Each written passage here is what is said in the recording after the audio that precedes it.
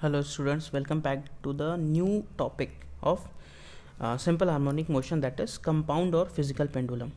अब ये क्या है, कुछ भी कैसा भी बॉडी रहे, अगर उसको हम हैंग करके थोड़ा सा बस डिस्प्लेस कर देना तो ये क्या होता है, एसएचएम करने लगता है. जैसे ये बॉडी है, जैसे इस पॉइंट के about, this is hinge about this point, means it can move only about this is the axis, this C is the centre of mass, this C is center of mass. Okay, now if we displace it by only an angle theta like this, if we displace by theta, no, so what will happen, it will oscillate, then again it will keep on oscillating. So we need to calculate the time period. Okay, now you see, if you displace it by theta, so what will happen, theta we displace like this, theta, but mg will apply a torque in this direction. You remember how to calculate the time period, only due to this theta na, you see what is the torque we are getting in this direction. So this mg will apply a torque, so in this direction you see, if this is theta, so that will, this is theta, theta, it is mg cos theta, so mg cos theta torque will be 0, mg sin theta will have mg sin theta into d, this will have mg sin theta into d.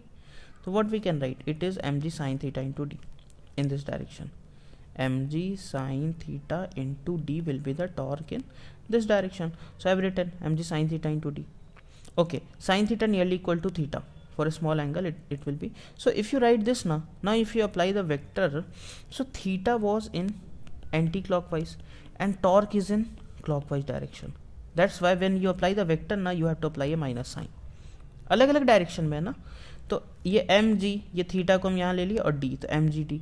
अच्छा, about this moment of inertia is suppose I of this body, the moment of inertia about this point is I, तो I into alpha हो जाएगा, torque equals to I alpha, तो alpha will be what, this into theta, and this is nothing but omega square.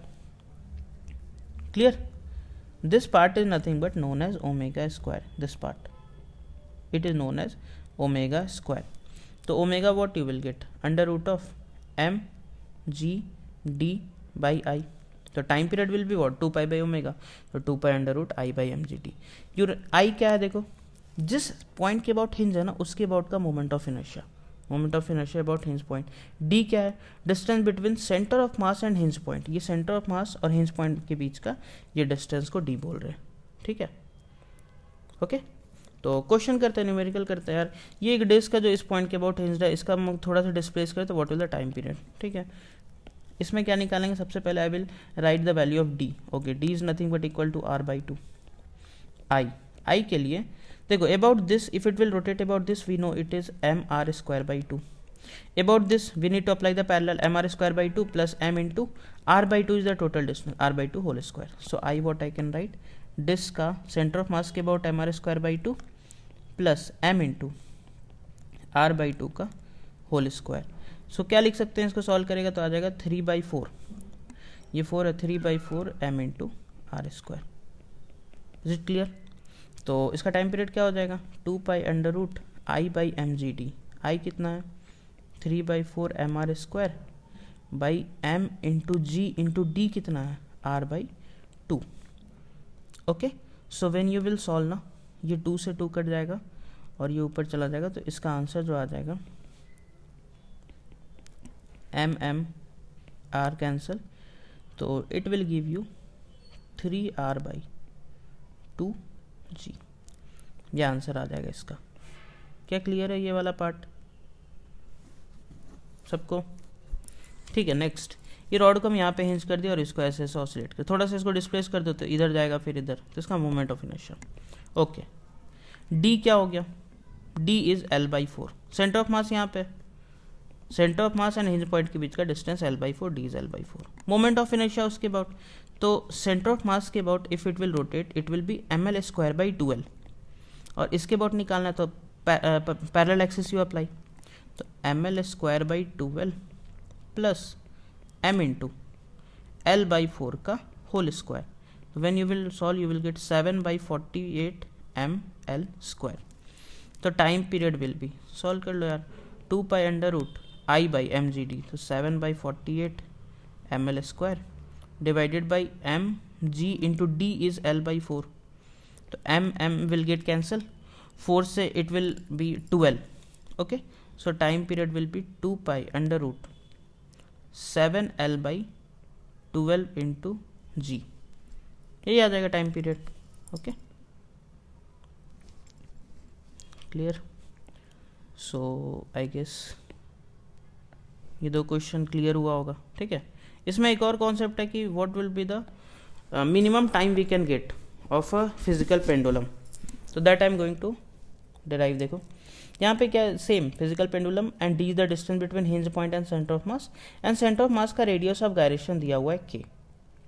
तो I about centre of mass यहाँ क्या हो जाएगा, के दिया हुआ है तो सेंटर ऑफ मास के अबाउट मोमेंट ऑफ इनर्शिया हो जाता है M k square. Radius of gyration अगर दिया हो तो डायरेक्ट एम के स्क्वायर कर देंगे। अच्छा, इसका टाइम पीरियड क्या होगा स्मॉल ऑसिलेशन का, 2 पाई अंडर रूट आई। आई इसके अबाउट क्या हो जाएगा, सेंटर ऑफ मास के about moment of inertia M k square है plus M into D square, parallel axis लगा लो, M k square plus M D square, वही हम लिखे I by M G D. इसको यहाँ सॉल्व करो, कुछ ऐसा आएगा। जी को बाहर ले लो, एम एम कट कर दो और अलग अलग कर दो, तो you will get this type of thing. अब हमको टी को मिनिमाइज करना है तो हमको इसको मिनिमाइज करना पड़ेगा, ये अंदर वाले पार्ट, यही तो वेरिएबल है ना। तो इसको एक नया कुछ टर्म मान लो z, हम इसको z मान लिए, के square by D plus D को I assume z।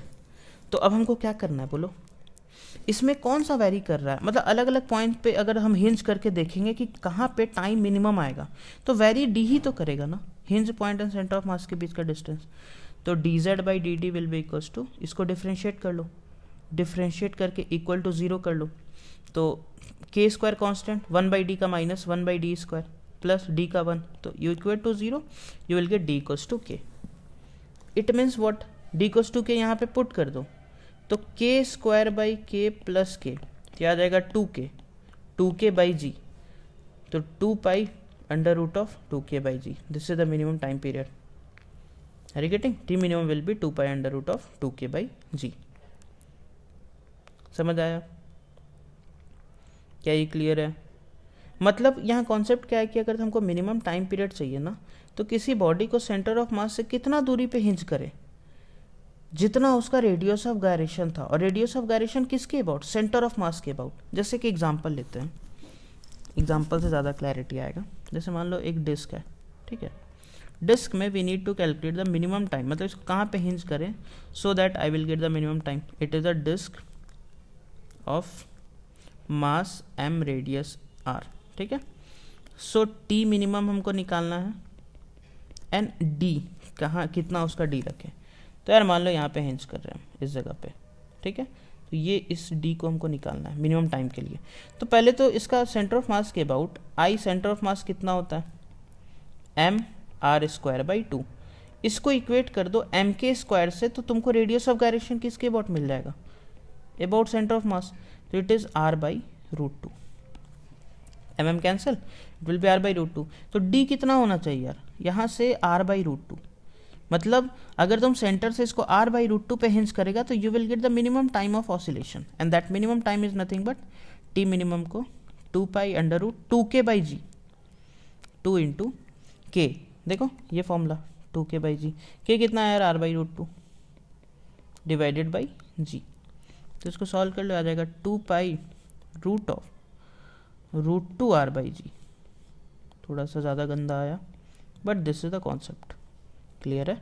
You can solve for rod also if you want, किसी के लिए भी सॉल्व कर लो मिनिमम टाइम के लिए।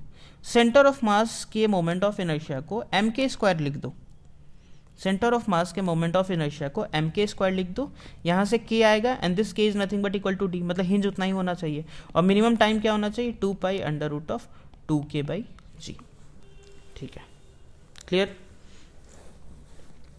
चलो ठीक है, फिर नेक्स्ट टॉपिक में मिलते हैं।